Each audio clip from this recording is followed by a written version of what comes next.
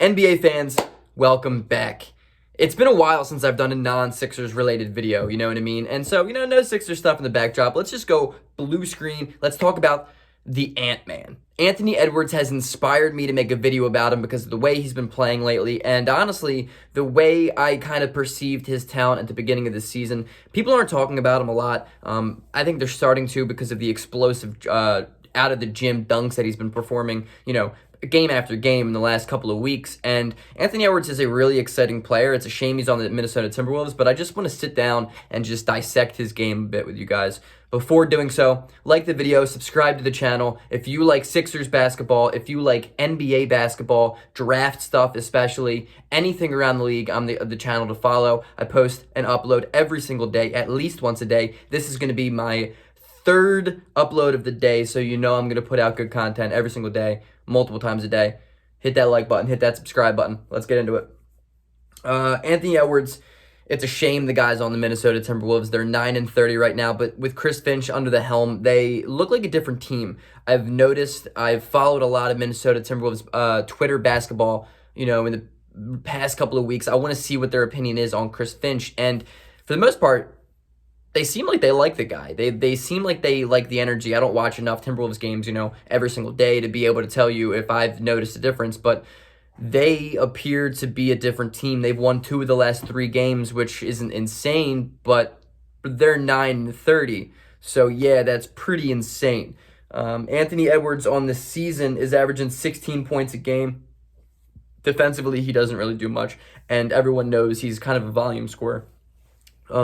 He's shooting 38% from the field and 30% from the 31.5% from 3 on the year.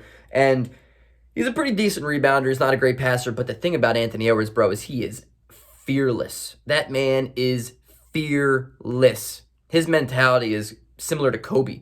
And as long as he can improve his game, improve his jump shot especially, he's going to be a really, really good player for a really, really long time. He is an absolute out-of-the-gym athlete, but he's also a really good shot creator, and he has the ability to be a really good shot creator. And he has nights where he'll give you 20 to 25 on efficient scoring because he's just feeling it. But then he'll give you a game where he gets you like 6 points, and he doesn't shoot well. But that's A, the lifestyle of a rookie in the NBA, and B, that's just kind of the player that he is. And you take the good games with the bad games. A lot of players are like that in the NBA. My player comp before he got drafted was Donovan Mitchell. I don't think that's a super far off comparison because Donovan Mitchell, especially in his early years in the NBA, wasn't a good shooter, really. I mean, he wasn't a good three-point shooter. He wasn't efficient, but he was an out-of-the-gym athlete, and eventually he became a pretty consistent three-point shooter like this year. Outside of the last couple of weeks, he's been kind of not playing as great, but he has improved his jump shot a lot over the years, and I think Anthony Edwards has that ceiling, and he has that ability to do the exact same as Donovan Mitchell. I think maybe... My nose is itchy, I'm sorry. I think Anthony Edwards has a higher ceiling because of his size. He's a bigger guy. He's taller. Donovan Mitchell is, undersized for the most part as a 2-guard. So the last 10 games for the last 10 games for Anthony Edwards, he's averaging 33.5 minutes a night, and he's giving you 20 points a night, which is really good. He's an 80% free throw shooter, which is awesome.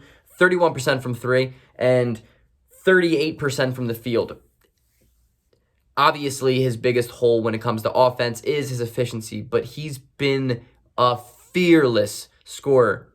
Like, you've seen 3 or 4 different NBA dunk posters in the past week alone. He had 2 in the same game. He went down with an injury, came back. He had 2 late threes in the last minute and a half of a game to win the game and had a poster in that same game, in that same fourth quarter, all after an injury that he had in the third quarter with a hip. He's incredible. I think Anthony Edwards has serious potential to be an all-star out in the Western Conference. It's just a shame that he's on the Timberwolves because, personally, I think the Timberwolves have the worst developmental staff in the NBA. I think they develop guys worse than anyone. I would also, as we're talking about the Timberwolves, and I'm clearly not going to make another video on the Timberwolves, I would love to sit down and talk about the D'Angelo Russell trade that they made. Let's flash back to a year ago. D'Angelo Russell's on the Golden State Warriors, and the Minnesota Timberwolves want him bad. They want to prove the cat that they're going to be contenders. Let's go out and get D'Angelo Russell. This is D'Angelo Russell basically at the highest value that he would have been at in his career at this point. And they say, let's trade Andrew Wiggins. At face value, Andrew Wiggins for D'Angelo Russell at that time was a doable deal. A lot of people would be like, oh my God, yeah. But not only did they trade Andrew Wiggins, but they traded a top 3 or top 5 protected first-round pick for 2021 or 2022. So no matter what, they're going to lose a pick. If I'm a Timberwolves fan, I'm hoping it's not this year's pick, it's next year's pick. But, I mean, you trade Andrew Wiggins, who you could argue is a better player than D'Angelo Russell this year, and a top 3 protected first-round pick for D'Angelo Russell. In an alternate universe, let's say they never do that deal, right? Let's say they draft LaMelo Ball.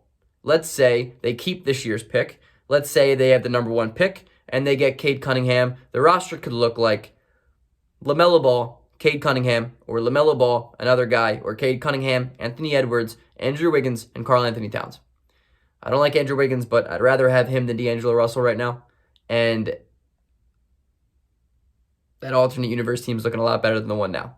The Timberwolves, year after year, make the wrong decision. Year after year, they pull out the ugliest jerseys I've ever seen. And year after year, they continue to do bad coaching. The Timberwolves are a broken franchise that need to genuinely just hit the restart button. It's bad. It's bad.